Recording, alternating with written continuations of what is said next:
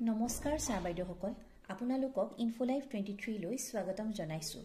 আপোনালোকে ইতিমধ্যে অৱগত যে ইনফোলাইভ 23ত আপোনালোকৰ সহায় হোৱাকৈ সকলো ধৰণৰ চৰকাৰী নিৰ্দেশনা আপোনালোকৰ ওচৰত যুগুত কৰি অহা হৈছে। সেয়েহে যদি আপুনি ইউটিউবত আমাৰ চেনেললৈ নতুনকৈ আহিছে তেন্তে চেনেলটো ছাবস্ক্ৰাইব কৰিব, আৰু যদি ফেচবুকত আপুনি আমাৰ ইনফোলাইভ 23 পেজখনলৈ নতুনকৈ আহিছে তেন্তে পেজখন ফ'ল' কৰি ৰাখিবলৈ অনুৰোধ জনোৱা হ'ল। আজিৰ ভিডিঅ'টোত এটা অত্যন্ত জৰুৰী ইনফৰমেশ্যন আপোনালোকৰ ওচৰত লৈ আহিছোঁ।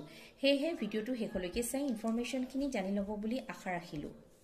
এতিয়া আজিৰ খবৰটোলৈ আগবাঢ়ো। সমগ্ৰ শিক্ষাৰ প্ৰকল্প সঞ্চালকৰ নিৰ্দেশনা। জিলাৰ ভিতৰত পদ সৃষ্টি, শিক্ষক বদলিৰ দায়িত্ব বিদ্যালয়সমূহৰ পৰিদৰ্শকক 31 মাৰ্চৰ ভিতৰত দিব লাগিব প্ৰতিবেদন। এতিয়াৰ পৰা এখন জিলাৰ বিদ্যালয়সমূহৰ পৰিদৰ্শকেই সৃষ্টি কৰিব পাৰিব শিক্ষকৰ পদ। কেৱল পদ সৃষ্টি কৰাই নহয়, জিলাখনৰ ভিতৰতে বদলি কৰাৰ কৰ্তৃত্বও ৰাজ্যৰ শিক্ষা বিভাগে বিদ্যালয়সমূহৰ পৰিদৰ্শকক দিছে। শিক্ষা হেতু এপত থকা তথ্যৰ ভিত্তিত বিদ্যালয়সমূহৰ পৰিদৰ্শকে বিদ্যালয়ৰ শিক্ষক আৰু শিক্ষাৰ্থীৰ অনুপাত পৰ্যবেক্ষণ কৰি চাই যিখন বিদ্যালয়ত শিক্ষকৰ প্ৰয়োজন আছে তালৈ শিক্ষক বেছি থকা বিদ্যালয়ৰ পৰা বদলি কৰি আনিব লাগিব শিক্ষকক সেই নিৰ্দিষ্ট বিদ্যালয়খনলৈ। ইতিমধ্যে ৰাজ্যৰ সমগ্ৰ শিক্ষা বিভাগৰ প্ৰকল্প সঞ্চালকে প্ৰতিখন জিলাৰ বিদ্যালয়সমূহৰ পৰিদৰ্শক আৰু জিলাৰ প্ৰাথমিক শিক্ষা বিষয়ালৈ এই সম্পৰ্কত নিৰ্দেশনা জাৰি কৰিছে।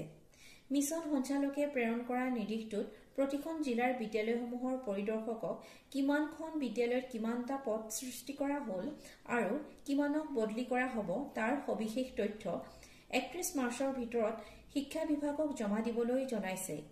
এই নিৰ্দেশৰ পৰা এটা কথাই স্পষ্ট হৈ পৰিল যে অদূৰ ভৱিষ্যতে ৰাজ্যৰ বিদ্যালয়সমূহত নতুনকৈ শিক্ষক নিযুক্তি দিয়া নহ'ব আৰু শিক্ষকৰ বদলীকৰণ এখন জিলাৰ বিদ্যালয়সমূহৰ মাজতে হ'ব। আনহাতে প্ৰসূতিকালীন ছুটীত থকা শিক্ষকৰ পদতো ছুটীৰ সময়ছোৱাৰ বাবে নতুন শিক্ষক বদলি কৰি অনা হ'ব। অৱশ্যে এই সকলো নিৰ্ভৰ কৰিব বিদ্যালয়সমূহৰ শিক্ষক শিক্ষাৰ্থীৰ অনুপাতৰ ওপৰত। আজিৰ খবৰ ইমানেই।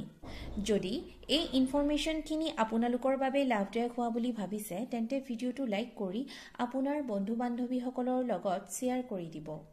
চাই থাকিব ইউটিউব আৰু ফেচবুকত ইনফোলাইভ 23। ধন্যবাদ।